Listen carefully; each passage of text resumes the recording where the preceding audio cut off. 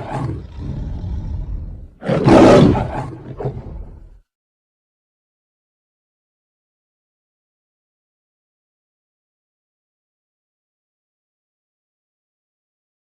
Samajwadi party के मुखिया अखिलेश यादव ने एक रिएक्शन दिया है दो आतंकवादियों की गिरफ्तारी का। दोनों अलकायदा के हैं, मिनहाज अहमद और मसीरुद्दीन। अलकायदा जानते हैं किसका है? ओसामा बिन लादेन का, जिसको अमेरिका ने पाकिस्तान में मार दिया था। अल जवाहिरी का भी पता नहीं है, वो शायद जिंदा है।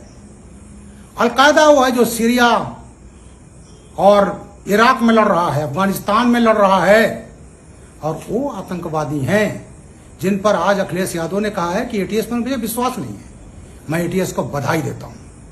मैं अखिलेश जी के व्यथा समझ सकता हूं। वोट बैंक की राजनीति की तरह यह पार्टी हमेशा जिहादियों के साथ रही है।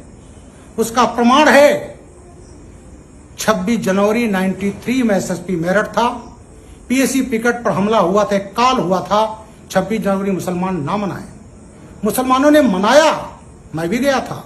जैसे मैं घर आया धमाका हुआ, पीएसी पिकेट पर हमला हुआ, गाजियाबाद 41 बटालियन के हवलदार शर्मा मारे गए, कई लोग घायल हुए, दंगा होते होते बचा। पहली बार प्रदेश में RDX, Chinese grenade, Chinese plastic grenade बरामद हुए। 5-6 आतंकवादियों के खिलाफ चार्जशीट लगी। नेताजी 93 में पावर में आते हैं, 94 में इन्होंने अपनी तुष्टीकरण की निकृष्ट लेवल पर जा करके आतंकवादियों के केस वापस ले लिए थे। फिर अदालत ने वापस नहीं होने दिया, और फिर मैं डीआईजी आगरा था, 95-96 में गवाही देने गया था, सबको आजम कारावास हो गई। अखिलेश जी 23 नवंबर 2007 को यूपी के लखनऊ, फैजाबाद, बनारस की कचहरियों में हमले हुए थे। 15 लोग मारे गए, जिसमें काफी वकील थे। और उस समय ये लश्कर तैयबा का जो संगठन था, उससे संबंधित था हुजी, उसके आतंकवादियों ने किया था। खालिद मुजाहिद जौनपुर मड़ियाहू और डॉक्टर तारिक कासमी आजमगढ़, ये गिरफ्तार हुए थे। आजम खां जैसे समाजवादी पार्टी सरकार आई, खुलेआम अखिलेश यादव और आजम खां देते रहे कि जो जेल में मुसलमान बंद हैं उनको हम वापस निकालेंगे। बात हिंदू मुसलमान की बात नहीं है। जो अपराध करता है वो अपराधी है, चाहे वो हिंदू हो चाहे मुसलमान हो। और उसी तहत इन्होंने आतंकवादियों के केसेस निकालना चाहे। बाराबंकी में जो गिरफ्तारी खालिद मुजाहिद तारिक कासमी की हुई, उसको अखिलेश जी ने वापस ले लिया था। फिर अदालत ने वापस नहीं होने दिया। इसी बीच में खालिद मुजाहिद तारिक कासमी फैजाबाद कोर्ट में गए, लौट रहे थे, रास्ते में लू से खालिद मुजाहिद मर गया।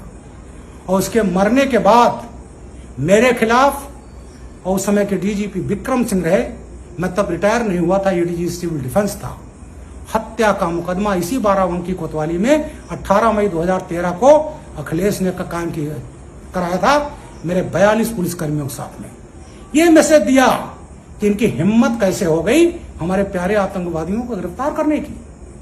उस केस को भी अदालत ने वापस नहीं होने दिया। खालिद मुजाहिद तो मर गया, लेकिन तारिक कासमी को आजम कारावास की सजा हो गई। लखनऊ ब्लास्ट में हो गई, अयोध्या जो कचहरी में हुआ था उसमें ब्लास्ट हो गई, और गोरखपुर में इन्होंने मई में ब्लास्ट किया था 2007 में, उसमें भी आजम कारावास की सजा हुई। तो ये बेचारे आतंकवादी पालने वाले, जिहादी पालने वाले, अपराधी पालने वाले, तो इस पार्टी के डीएनए में है गुंडई। और अपने वोट बैंक के लिए, ये तुष्टीकरण के लिए किसी हद तक राजनीति पर, किसी उस पर जा सकते हैं। PFI, popular front of India, सभी जानते हैं। लखनऊ में जो सीए पर बवाल हुआ, दिल्ली में हुआ, मेरठ में हुआ, उन सब जगहों पर इन लोगों ने बवाल किए। पीएफआई उसके पीछे थी, उसका पॉलिटिकल संगठन था। वो 2012 में वो भी चुनाव लड़ रहा था, बैंड नहीं है, और अखिलेश जी के फेवर में बैठ गया था। और वही पीएफआई, जितने बड़ी बड़ी घटनाएं हुई, इन सब का संबंध आतंकवादियों से है। और वो सब भी समाजवादी लोगों का पूरा संरक्षण पात्र है। 2012 से 17 अखिलेश सरकार रही उत्तर प्रदेश में, और यहां आतंकवादी दिल्ली स्पेशल पुलिस ले जाती थी, एनआईए ले जाती थी, लेकिन इनके कार्यकाल में कोई भी आतंकवादी, अरे जब डीजी के खिलाफ मुकदमा कायम करोगे, रिटायर्ड डीजी के खिलाफ करोगे, एसपी के खिलाफ करोगे तो किस इंस्पेक्टर, किस मातहत की हिम्मत है कि वो आतंकवादियों के खिलाफ मुकदमा करे। यही हमारी एटीएस में चीफ रहा हूं 4.5 साल, इसको डिफंक्ट कर दिया अखिलेश यादव ने। और आज जो है जब एक बहुत अच्छा काम हुआ है तो माननीय अखिलेश यादव जी कह रहे हैं अपने वोट बैंक, अपने वोट को तुष्ट करने के लिए हमें विश्वास नहीं है, शर्म आनी चाहिए।